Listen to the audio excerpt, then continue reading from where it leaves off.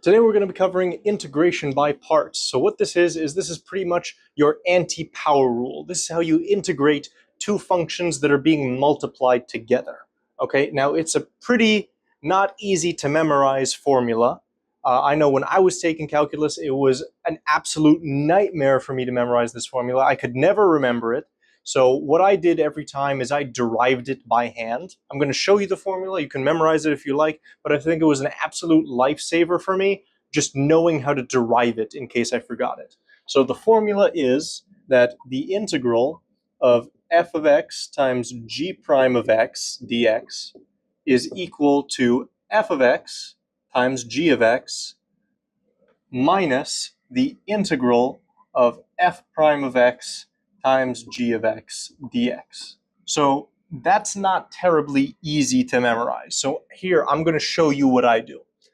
We're going to start with the product rule. I hope everyone knows what the product rule is back when you calculate the derivative of two things being multiplied together. Okay? The product rule was if I have two functions multiplied together, f of x times g of x, and I wanted to take the derivative of that, the derivative would equal the first times the derivative of the second plus the second times the derivative of the first. Okay? Now I'm going to rewrite that as f prime of x times g of x. Okay? So this was the power rule back from the derivatives unit. So what I'm going to do here is, since I know this, I memorized the power rule, I'm just going to take the integral of both sides. Okay? So taking the integral of the derivative, just they undo one another. So I'm just left with f of x times g of x on this side. And I have the integral of this plus the integral of this. Okay? And what I'm going to do is I'm going to take this integral term right here, and I'm going to subtract it from both sides. So that leaves me with the integral of f of x times g prime of x equals f of x times g of x minus this integral. I've subtracted it from both sides, minus the integral of f prime of x times g of x. Okay, so that's exactly the integration by parts formula I wrote for you up here. Now let's figure out what it means and let's figure out how to apply it. Okay, let me give you an example of a function we could use. So for example, let's say I wanted you to find the integral of x times sine x dx. Okay, so now that we have the integral that we're trying to find, let's debate what should we set our f of x equal to, what should we set our g of x equal to, okay?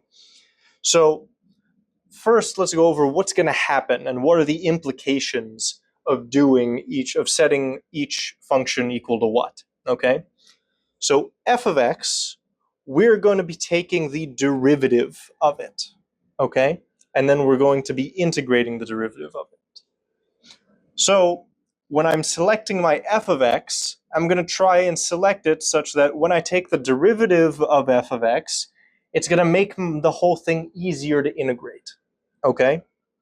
And I'm going to select my g of x, and if you'll notice, here when I select g of x, I'm going to be taking the antiderivative. I'm going from g prime to g. So I want to select g prime of x such that when I take its antiderivative, it doesn't become harder to integrate, okay? Because once we do our integration by parts, we're going to be left with this integral that we still need to solve. And we want to make this integral easier than this integral in this case, okay? Given that logic, if I take the derivative of one of my functions, the derivative of sine x is cosine x. The derivative of x is 1, okay? So if I set x equal to f of x, the derivative of x is 1, which means in this integral, my entire f prime of x can drop out of the integral. I think I should do that, because that's going to make this integral a lot easier to evaluate if this f prime of x term just drops out completely. So that's what I'm going to do. I'm going to set f of x equal to x, and f prime of x is therefore going to be 1. This is what I like to do whenever I do integration by parts. I like to draw a little chart underneath the integral, and then I just plug and play. And now I'm selecting g prime of x to be sine x, and now I need to take the antiderivative of it to find f of x, okay? No plus c's here, by the way. We're going to add our plus c after we evaluate this integral. And so my antiderivative g of x is going to be negative cosine x. Okay? Now that I've decided what all these terms are going to be, I can just plug everything into this equation. So I'm going to do f of x times g of x. So that's going to say that I'm now equal to negative x cosine x minus the integral of f prime of x, which is 1, so I can ignore that, times g of x, negative cosine x dx. Now, this integral is significantly easier for me to evaluate. I'm going to take out my negative, and this is going to become a plus. And the integral of cosine x is just going to be sine x. So I'm going to equals negative x times cosine x plus sine x. And now when we're evaluating this integral, we're going to add in our plus c. This is our final answer. This is the integral of x times sine x dx. Okay? Now, something that comes up on a lot of calculus exams is this exact problem, except it's going to be x squared times sine x dx. Okay? So in this case, you would assign the same values to everything, except now your f of x would be x squared and your f prime of x would be 2x. Okay?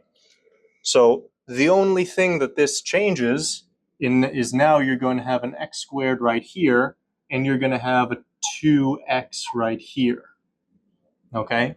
And now you're stuck with the integral of x times cosine x. It looks very similar to what we just did. What we just did was the integral of x times sine x. So you're going to do all of this math, you're going to come here, and then you're going to look at this integral and you say, oh, I need to do integration by parts a second time.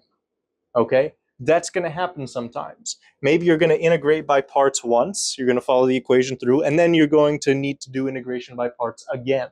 So remember, what I have boxed here was the answer to the integral of x times sine x dx. Okay?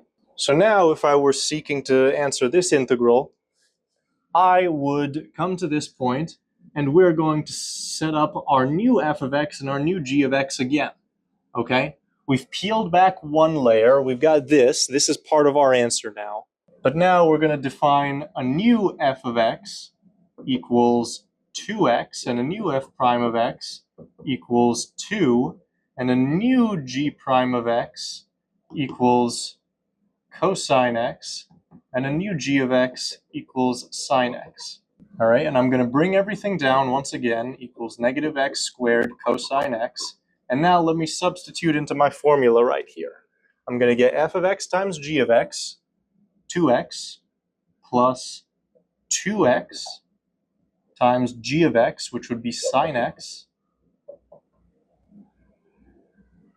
minus this integral right here, which would be my f prime of x, 2, so I'm going to take that on the outside, times g of x, which would be my sine x. And now I'm going to bring everything down one more time. And let me evaluate this. The integral of sine x is going to be negative cosine x, so this is going to be plus 2 cosine x dx. And this is going to be my final answer to solving this integral by integration by parts. If you guys learned something useful today, I'd appreciate a like if you can. If you want extra help, go visit meekextrahelp.com or join the Discord server for free. Enjoy life. Have a fantastic day.